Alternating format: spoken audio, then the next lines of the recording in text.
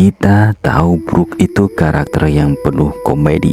Hiuhuhuhu, bercanda soal celana dalam atau nangis kangen labun. Tapi pernah gak kalian bayangin skorup apa pemerintah dunia sampai bisa bikin karakter ceria Brook punya masa lalu yang sekelam itu? Cerita dimulai dengan tensi yang langsung meroket.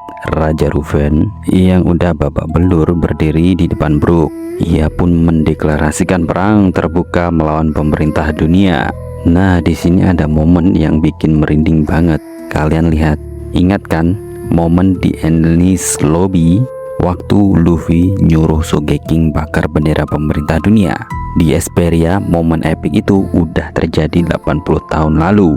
Begitu Raja Ruven bilang mereka bakal musnahin pemerintah dunia, Brook tanpa ragu, tanpa jeda 1 detik pun langsung menjawab, dimengerti. Loyalitas Brook itu memang udah murni dari sononya. Tapi sayangnya pemerintah dunia bukan lawan yang bisa dihadapi cuma modal nekat. Gak lama setelah kapal angkatan laut dan Tenryubito merapat, atmosfer kerajaan langsung berubah total. Tiba-tiba muncul kabut misterius yang beracun yang disebut Esperia Fog. Kabut ini perlahan melumpuhkan ekonomi, meracuni tanah, dan yang paling menyakitkan membuat Candle, ksatria wanita sekaligus guru pedang Brook, jatuh sakit sampai akhirnya tewas. Ini taktik kotor yang super kejam. Mereka nggak pakai Buster Call, tapi mereka mencekik Esperia dari dalam lewat penyakit. Ada teori yang mengatakan Candle itu sebenarnya bukan cuma sakit karena virus biasa. Candle diduga pernah menjadi korban kebiadaban Tenryubito yang singgah ke sana beberapa tahun sebelumnya, dan plot twistnya Putri Shuri kemungkinan besar bukan anak kandung Raja Ruven. Mungkin diprediksi Shuri adalah anak hasil paksaan kaum naga langit terhadap Candle.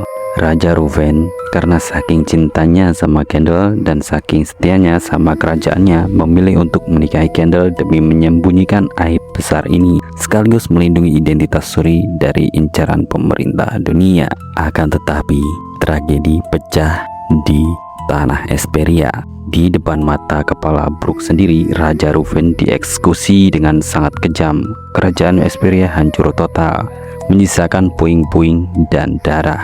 Tapi yang bikin bulu kuduk merinding bukan cuma kematian sang raja, melainkan perubahan Putri Shuri. Shuri yang harusnya nangis atau marah tiba-tiba berdiri dengan tatapan kosong. Di kepalanya muncul semacam tanduk dan aura tubuhnya berubah drastis, bagaikan iblis yang berdarah dingin.